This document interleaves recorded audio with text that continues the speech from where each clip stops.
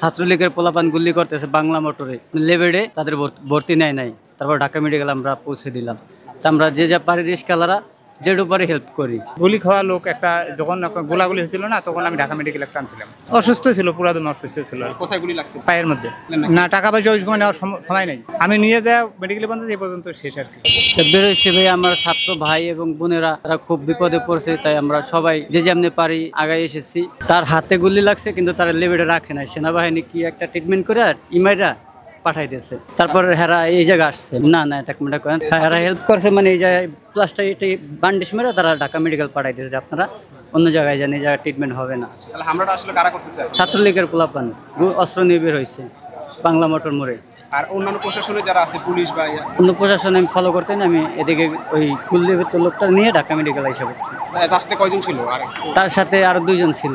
একজন বলে আপনি সরাসরি গুলি লেগে গেছে, তারে কোন জায়গায় লেগে গেছে এটা আমরা ভিড়ের মাধ্যমে বলতে পারি না, কিন্তু আমি একজন নিয়ে আসছি ছাত্র ভাইকে নিয়ে ঢাকা মেডিকেলে আর কি করাইছি। আপনি কি মূলত এই জিনিসগুলো খুঁজতেছেন মানুষকে সাহায্য করার জন্য? অবশ্যই আমরা সব রিস্কালা যেটু পারি হেল্প করবো, তাদের পাশে আমরা আছি। অনেক ভালো লাগছে, ধন্যবাদ সেনাবাহিনীকে। সেনাবাহিনী তাদেরকে আর কি ব্যান্ডেজ করে দিয়ে তারপর তাদেরকে বলছে অন্য মেডিকেল যান আপনারা। হালকা পাতলা যেটি বোঝা যাইতেছে তারা সেনাবাহিনী ছাত্রদের পক্ষে আছে। বিএনপির চাপা রাখছে, জামাতে চাপা রাখছে, বুঝছি ছাত্র মনে কর চাপা রাখা যাবো, জানারা যেন ছাত্ররা যেন ওর গদি নামাইবো, বুঝছেন? এটা ভাবে নাই।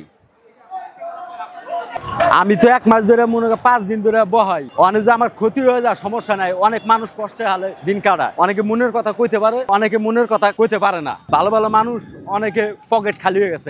একটা নিউ মার্কেটের দোকান 40,000 টাকা 30,000 টাকা ভাড়া, ঠিক আছে? এই ভাড়া অনেকে 1 মাস দিছে, 2 মাস দিছে, ঠিক আছে? সামনের মাসে তো তারাও বেরিয়ে যাবো। ঘরে যদি প্রতি দূরে একটা করে লোক বেরিয়ে যায়, ঠিক আছে, তো সরকার টিকার কষ্ট আছে, ঠিক আছে? ভাড়া যদি ইচ্ছে করে দেয়, আর যদি মামার নাই, ঠিক আছে, নাই তোরা আন্দোলন করতে থাক।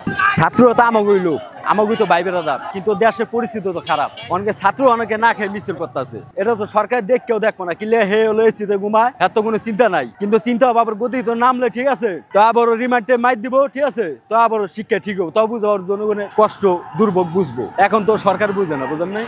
মানুষ তো জনগণও তো খেপে গেছে। জনগণ যদি পেটে খিদা খায়, জনগণ পরে কি করবো? ঠিক আছে, রাস্তা তো বেরিয়ে হইব, আন্দোলন তো করতে হইব, হাসিনার পদত্যাগ তো করতে হইব। এটা আপনি কি আর আমি কি? হ্যাঁ, আন্দোলন নামবো না, তাকেও 3-4টা পোলা ভান, অনেকে বাইরে স্কুল পড়াইতে হয়, ই কথা পোলা পড়াইতে হয়, ঠিক আছে, ঠিক আছে, তাগুই তো সন্তান তাগুইতেই।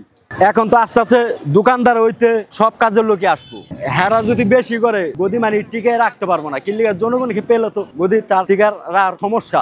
দেশ কিভাবে চলে কিন্তু মুখ দেখ মানে কেউ কইতে পারে না। ছাত্র আপনার ভাই আমার ভাই, একজনের মায়ের গর্বে তো আছে, ঠিক আছে না? উদ্দেশ্য একটাই, যেটা মনে করেন আমরা মজুরি কাজ করি পেট ভাত চালানোর জন্য, আর এদিকে মনে করেন যারা ছাত্র আন্দোলন করতেছে তাদের পক্ষে চেষ্টা আছে আর কি।